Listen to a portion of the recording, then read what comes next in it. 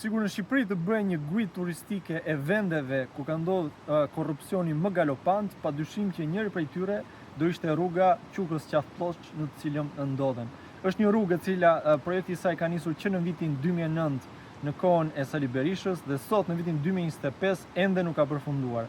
Dikur parashikohej që vlera e saj kostoja të shkonte tek 70 milion euro, sot përfitet për 370 milion euro.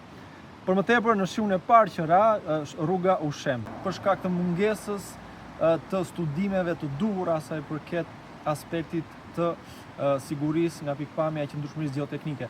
Pra, bëhet fjalë për një rrugë e cila në thelb e shkurton udhëtimin krahasimisht me rrugën e vjetër vetëm 2 minuta.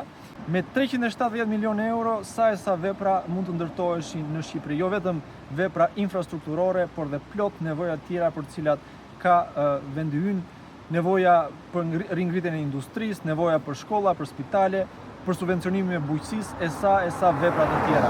Rrugët në fakt ndër vite kanë shërbyer si një mjet korrupsioni, duke i tejfryrë kostot e tyre për të vjedhur sa më shumë.